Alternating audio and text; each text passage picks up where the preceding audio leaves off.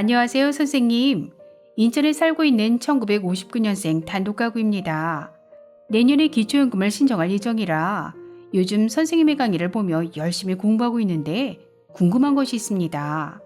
현재 주택연금 가입을 고민 중이고 실업급여를 받고 있는데 기초연금이나 건강보험료에는 어떤 영향을 미치게 될까요? 그리고 기초연금을 계산할 때 어떤 것들이 금융재산과 소득에 포함되지 않는지 시원한 답변 부탁드립니다.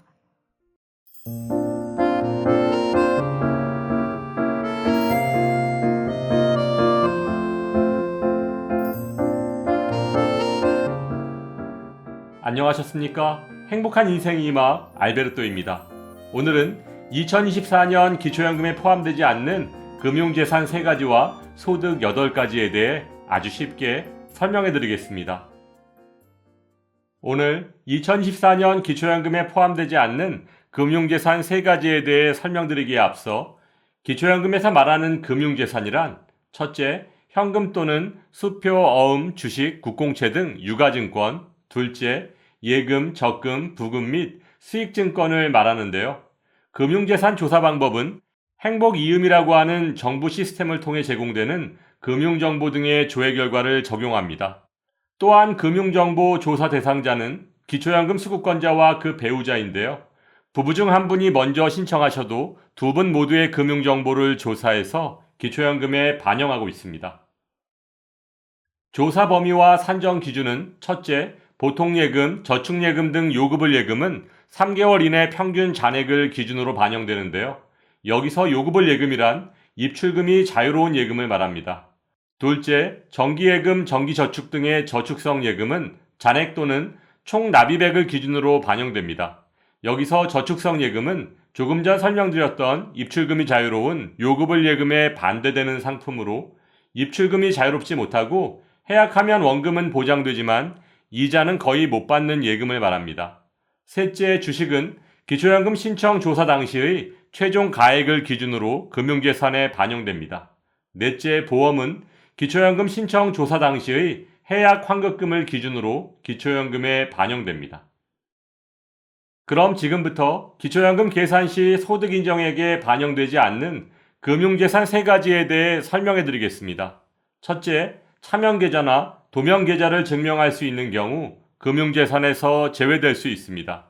자식의 절세를 위해 아니면 다른 이유에서 본인의 명의를 빌려주는 등의 행위를 하시는 분들이 의외로 많으신데요. 조회된 금융재산은 자금의 출처, 성격 등을 구분하지 않고 조회된 결과를 그대로 기초연금에 반영하고 있습니다.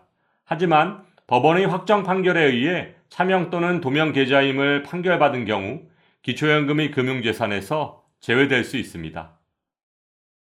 둘째, 종중, 문중재산, 마을 공동재산, 그 밖에 이에 준하는 공동의 목적으로 사용하는 금융재산을 관할 세무서장으로부터 고유번호를 받아 고유번호 계좌에 이체한 경우에는 기초연금의 재산 산정에서 제외됩니다.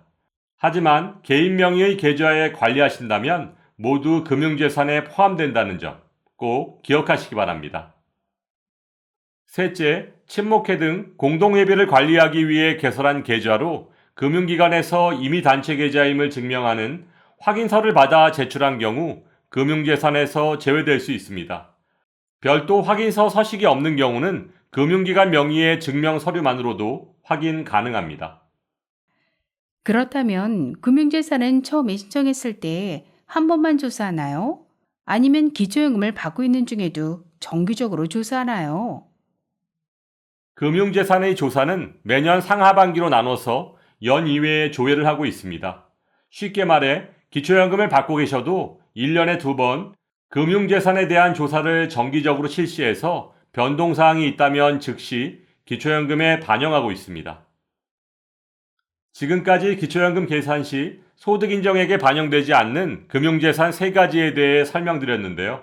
다음은 소득평가액에 포함되지 않는 8가지 소득에 대해 말씀드리겠습니다.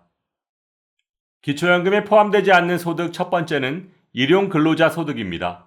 1. 근로소득에 따라 일정한 고용주에게 3개월 이상 계속해서 고용되지 아니한 자. 2. 동일한 고용주에게 계속해서 1년 미만으로 고용된 건설공사 종사자. 3. 일당으로 급여를 지급받는 하역, 항만작업 종사자의 소득은 기초연금의 소득평가액에 반영되지 않습니다.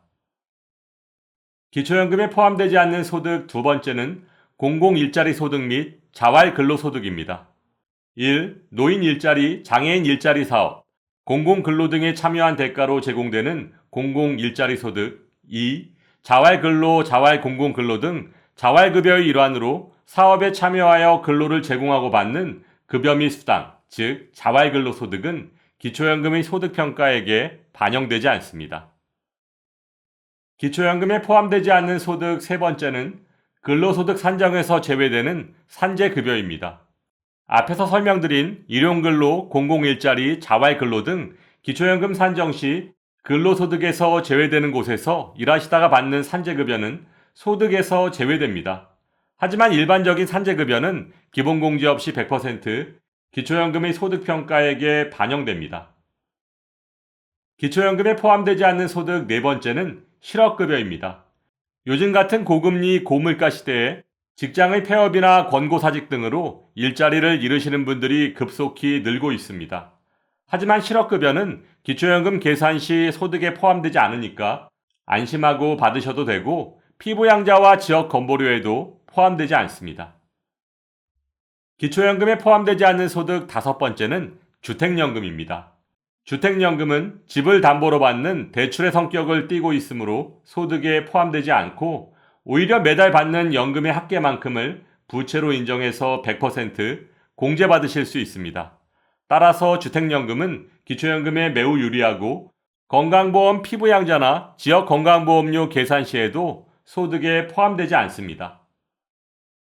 기초연금에 포함되지 않는 소득 여섯 번째는 유공자 생활지원금입니다. 1. 독립유공자에 관한 생활조정수당.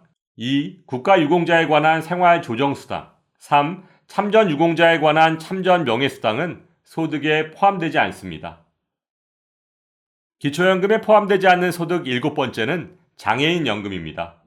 장애인연금법에 의한 장애인연금과 장애인복지법에 의한 장애수당은 소득에 포함되지 않지만 국민연금법에 의한 장애연금은 소득에 포함된다는 점 꼭 기억하시기 바랍니다. 기초연금에 포함되지 않는 소득 여덟 번째는 자녀에게 받는 생활비입니다. 자녀에게 정기적으로 받는 생활비, 즉 용돈은 기초연금 계산 시 소득에 포함되지 않습니다. 하지만 안 쓰고 모아서 목돈이 되면 금융재산에 포함될 수 있으니 조심하시기 바랍니다.